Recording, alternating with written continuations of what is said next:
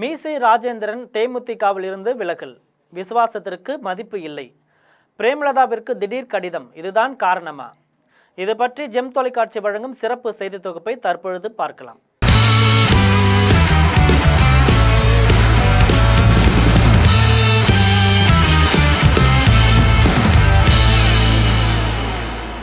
நெருங்கும் தேர்தல், கட்சி தாவும் நிர்வாகிகள்.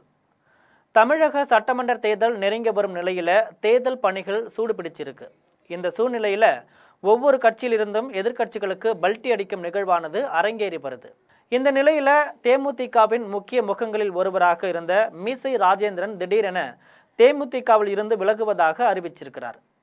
மீசை ராஜேந்திரன் கட்சியின் மாநாடுகள், ரத யாத்திரைகள், பொதுக்கூட்டங்கள் ஆகியவற்றில் முக்கிய பங்காற்றியிருக்கிறார். சமீபத்தில் அவரது மகள் திருமணத்தில் முதலமைச்சர் மு.க.ஸ்டாலின் கலந்து கொண்டு வாழ்த்திய நிகழ்ச்சியும், அதில் மீசை ராஜேந்திரன் முதல்வரின் காலில் விழுந்து ஆசை பெற்ற காட்சியும் பெரும் பேசு பொருளானது.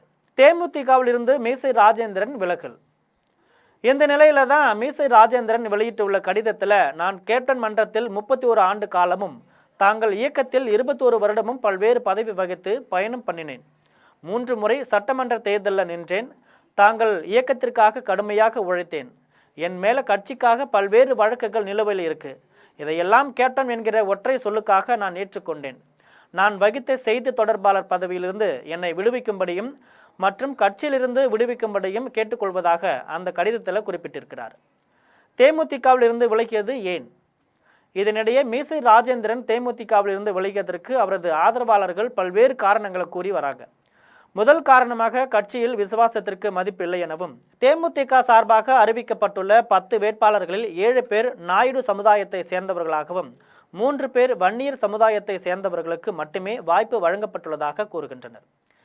மேலும் தனக்கு நெல்லையில் போட்டியிட வாய்ப்பு வழங்கப்படும்னு எதிர்பார்த்ததாகவும், ஆனால் தன்னை அங்கீகரிக்காத காரணத்தினால தேமுதிகவில் இருந்து விலகும் முடிவு மீசை ராஜேந்திரன் எடுத்துள்ளதாக தகவல் கூறப்படுது.